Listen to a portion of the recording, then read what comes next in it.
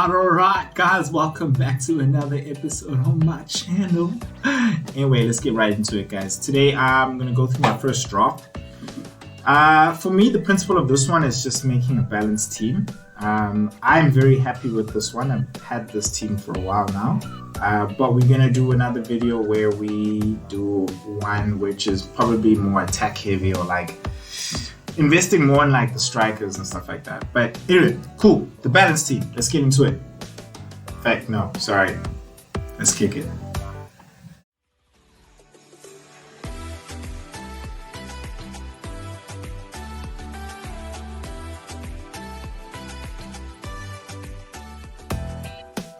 Cool. Right off the bat, you can see the team here. This is the full team. Now, when I talk about balance, for me, it's like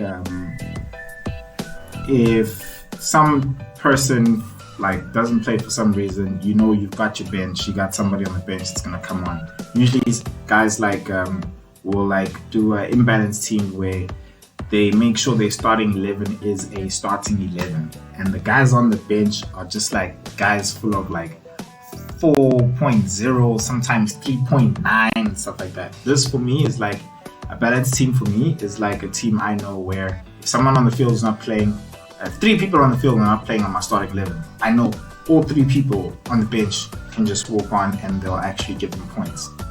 That's a balanced team for me. Cool, so let's start from the back. I think this is everybody's choice from the back. Emi Martinez and Sanchez. You'll see on my side there, on the left hand side, I've got the FDR, so which is like the, what is that? Let's get into it. I forgot what it was. I'm not gonna lie to you. It's the fixture difficulty rating, guys. The fixture difficulty rating. Cool, got it. The fixture difficulty rating that I want my team to have. Like when I choose a team for me, I'm looking at like the first 3 games. I always feel like the first 3 games really, not even the first 2 games, the next 2-3 games, at least you should be looking at 2 games ahead.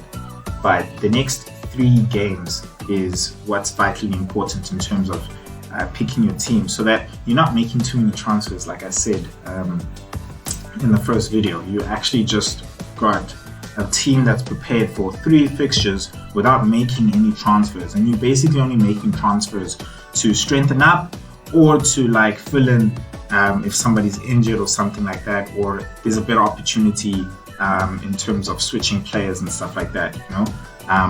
And you're not actually minusing points for any transfers that you make. So when you look at 2 games ahead, if you do need to make 2 substitutions, then you know you've got 2 free transfers instead of just 1 free transfer, and you're always trying to steal another one and you get 4 minus points. Like, bro, they add up at the end of the season, trust. Cool. So on the left hand side, like I said, I'm not sure if it's gonna be the right hand side or left hand side for you guys, but anyway, on this side of the screen, it's gonna be the field fixture difficulty rating, which I'm looking for. So I feel like these guys meet that. When you look at Emi Martinez, his fixture difficulty ratings, he's got 3, which is the first one at the top, you know. And then you look at Sanchez, which is also 2 out of 3, you know. And then he's got Everton. I think that's the other thing as well. It's like you gotta look at the team and also be like, okay, cool. You know, who is let's say Chelsea. Let's get to Chelsea, right? Because you got these guys in my back line anyway. They got 1 green, 2 red. And like, okay, you gotta look at who you are firstly. It's like, okay, it's Chelsea, and then you gotta look at like, okay, who are they playing? Let me tell you something, man. I'm an Arsenal fan, bro. I ain't even gonna lie to you, man.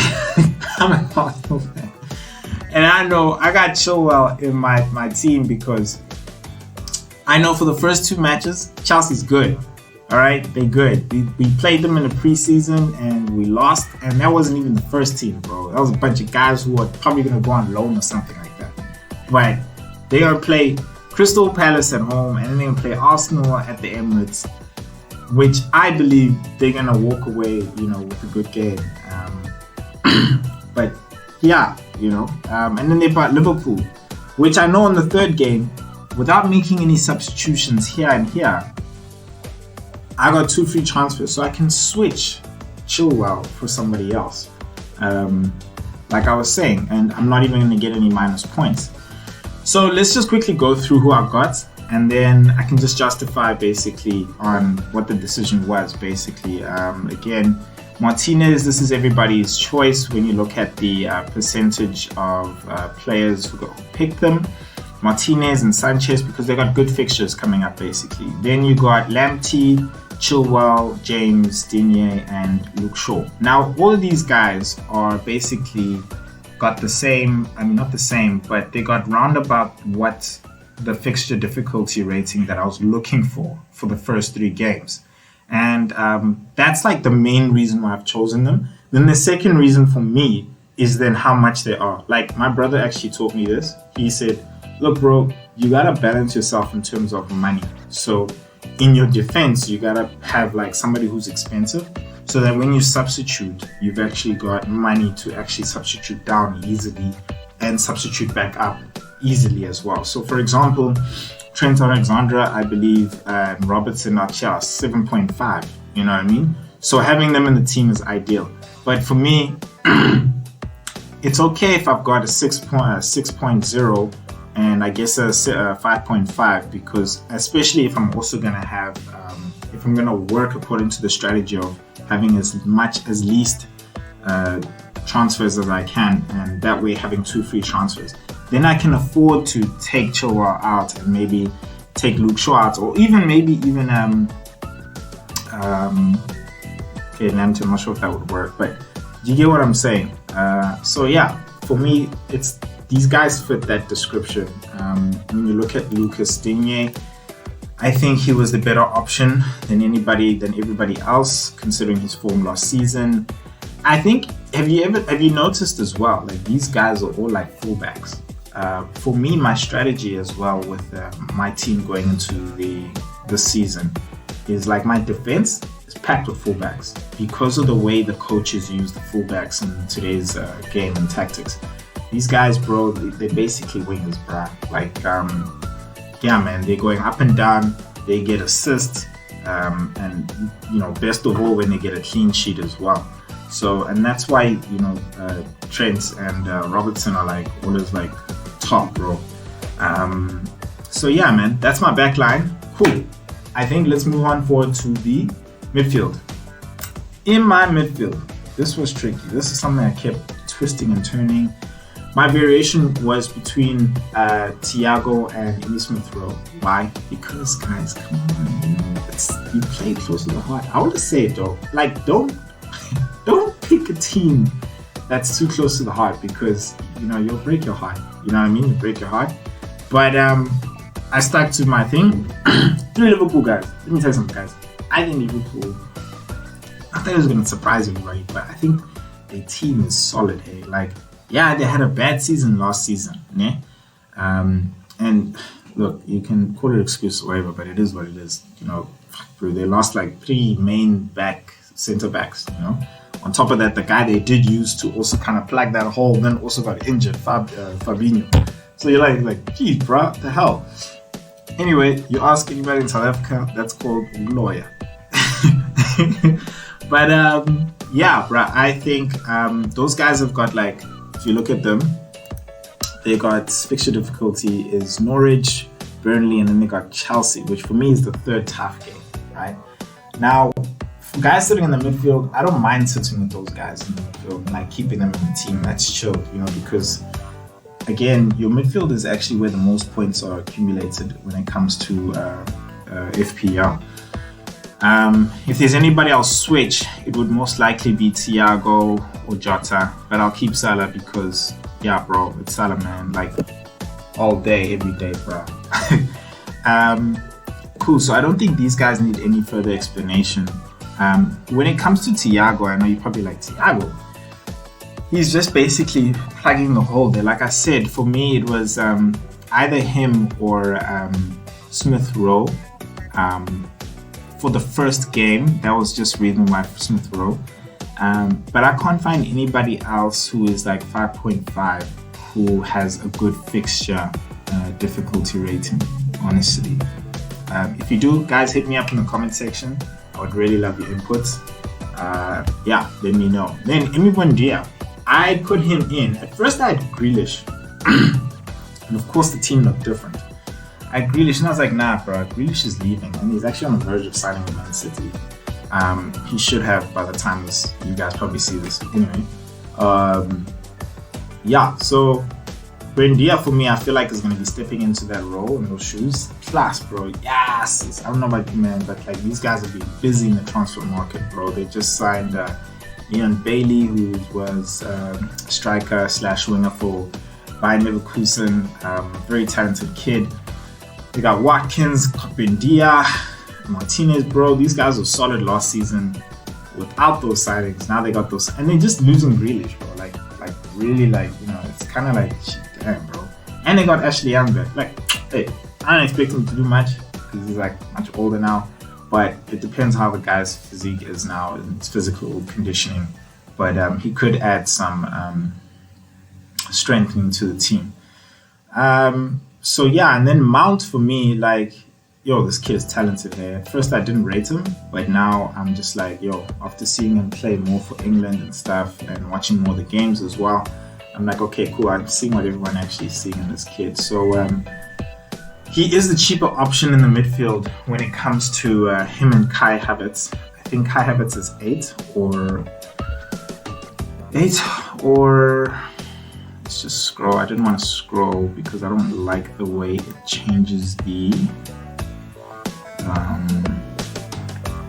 where is Kai Havertz? See, Mount is there, bro, and he's like, you can't actually see it there. Sorry, my bad. Let's go to Chelsea. That way you can actually see better. Let's go to Chelsea. Cool. Chelsea midfielders. Let's look on the rots. Oh, rots. 8.5, bro. So you're saving there like 1.0. You know, you're saving 1.0. You can go for Pulisic, but I feel like Tuchel prefers Havertz and Mount in the team.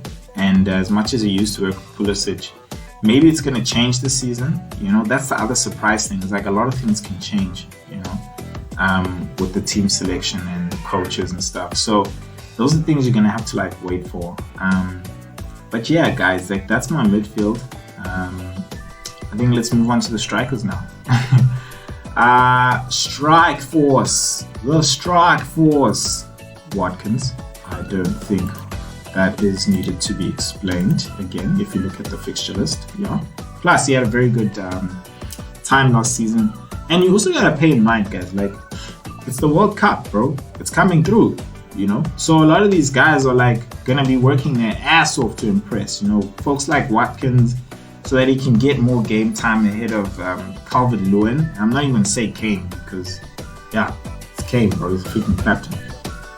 But be that second option above Calvert-Lewin, who's like pretty much the second option when it comes to if Kane is injured or, you know, there's a substitution for a striker, they're going to put in Calvert-Lewin ahead of Watkins, but they'll have Watkins on the side. So I'm telling you now, he's going to be firing.